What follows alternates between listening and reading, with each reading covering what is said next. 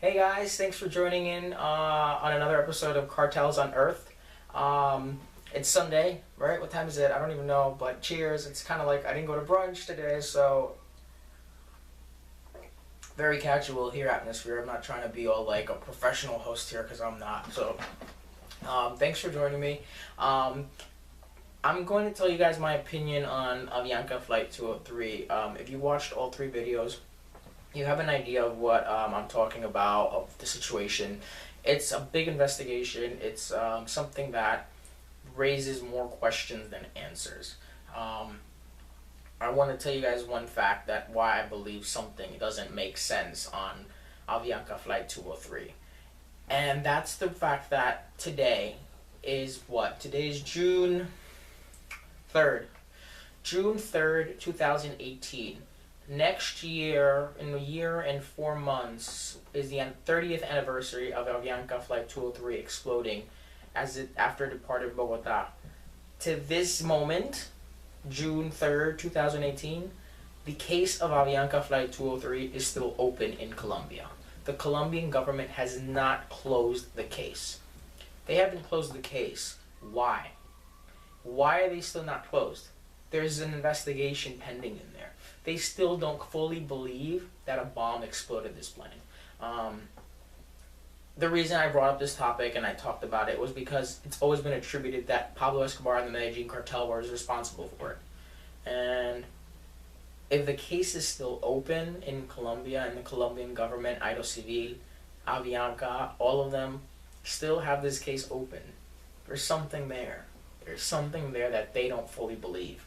And I think it's the fact that all these investigations, the FBI investigation, which was completely flawed, it was scientifically flawed, and the FBI and the Department of Justice admitted to that. You have the FAA report, which actually makes sense and has credibility, but it goes against the FBI report. You have the Boeing investigation that something happened to those planes, that there was something wrong with it, but they couldn't ever completely confirm it with the Avianca flight because all the pieces that would have helped in the investigation went missing on the crash site. You have the passenger lists, which never made sense. The president presidential candidate Gaviria was not even supposed to be on the flight. It's confirmed. There's records that he was never supposed to be on the flight. There's records that he was in Cali a couple of days earlier. He didn't need to go back to Cali. He was just there. There's the ghost names. Nothing makes sense. You have the name of a body that was identified in the crash site, but he wasn't even on the manifest. Nothing makes sense. It doesn't add up. I think honestly that I think there's more than it was just an explosion. Obviously, it was an explosion, but I personally, based on all the evidence, I like to look at things logically and with facts. And looking at the facts in front of me on the documents of the investigations from the FAA, from Boeing, from FBI, the facts. The real, true facts, to me, say that this was a mechanical issue. This was a problem with the plane. And I personally believe that at this time, why did everyone say it was a bomb? The FBI obviously said it was a bomb. There was reason enough to believe it was a bomb. The government at that time was in a war with narco-terrorists. Here's my opinion. I think that the Colombian government used this explosion and pinned it on the Medellin cartel in an effort to get the government of the United States to help them even more in the narco fight. It's all about money, and the more that remember there were 2 U.S. citizens on board this flight, so the more the government of Colombia feels the pressure, the more they're going to put the pressure on other governments to help them, and the U.S. was very much invested in helping them with this fight. And here we have a plane that was in Colombia but killed 2 American citizens. If it's a mechanical failure, they can't pin it on the cartel. They can't ask for more help. They can't ask for more money. But if you say it is the cartel that did this, and they killed 2 of your American citizens, the U.S. government's going to be like, what do you need? What do you need? We have to help more. We have to put more people on the ground. We need to send you more money. We need to send you more arms, more whatever you need, more resources. And I think that's what happened here. The government really, honestly, was in a war with the cartel, and They couldn't fight it on their own. The Colombian government could not fight this war by itself, and they needed the Americans' help. And anything to add pressure and make it seem like they needed more help, they were gonna do it. For these parts that they needed for the investigation to just disappear like that, someone who, a peasant from a little town nearby where the plane crashed, isn't gonna know what a fuel pump looks like from a commercial jetliner, who's never even looked at a part of a commercial airliner. Why would they steal all 8 of them? How are you going to go through the wreckage of a plane crash and find all 8 of them? This wasn't stolen by little local people who came to savage the plane for parts to make money on the side. This was not what that was. This was someone, I think, who went in there, who knew what they were looking for, and took those parts. Because that was the answer to this mystery, and they knew that if those answers came out, it would flaw the bomb theory. I also think that it's not a bomb because if everyone remembers the DAS bombing, for those who don't know what DAS is the it no longer exists. It's now a new agency. But back in that time frame, DAS was the equivalent to the FBI for the U.S. And DAS was attacked a few weeks after the Avianca crash.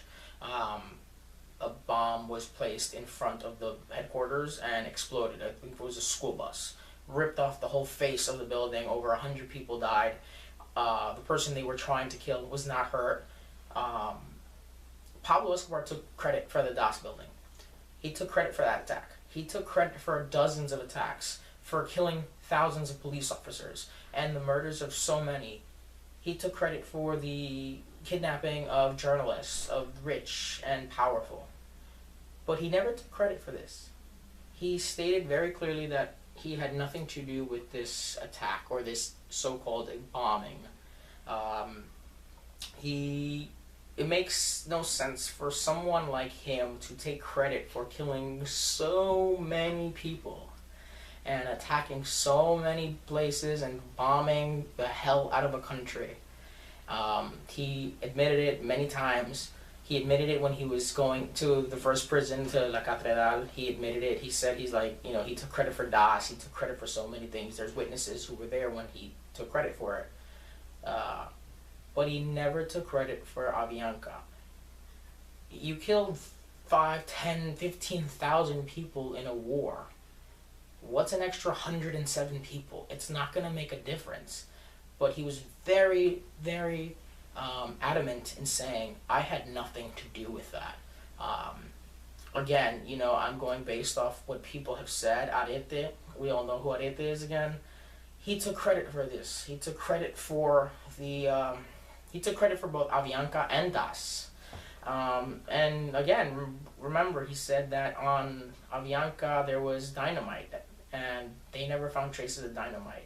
And Popeye, who wasn't directly involved with the bombing, but said he witnessed other Sicarios talking about it and heard them say that they put C4 as the explosion, as the bomb. They never found C4. So, I don't believe it was a bomb that blew up this plane. I personally do not believe that. But you guys have all the information. You guys are free to make whatever judgment you guys wish. I simply shared the information, and this video was really just to give you guys that information so you guys can make that judgment call with the right information and not with what you guys see in movies and television. Because remember, when you guys watch that stuff, it's not fact. It's entertainment purposes. Lastly, just for the note, Arete did take credit for it. He was given 20 years in prison. He served 8. He confessed the DAS bombing and the Avianca bombing. He got 20 years, but he served 8 on good behavior. The moment he walked out, he was shot. Just saying, the day he walked out of that prison, I don't remember what prison he was in. I think it's La Picota. I could be wrong. Moment he walked out, he was shot. He survived, but he was shot by a Sicario. And I believe he lives in Spain now. So just a little FYI on that. Guys, thanks for watching these videos. I really hope you guys liked all the information I was able to share with you guys. I hope it enlightens you guys in some form or way.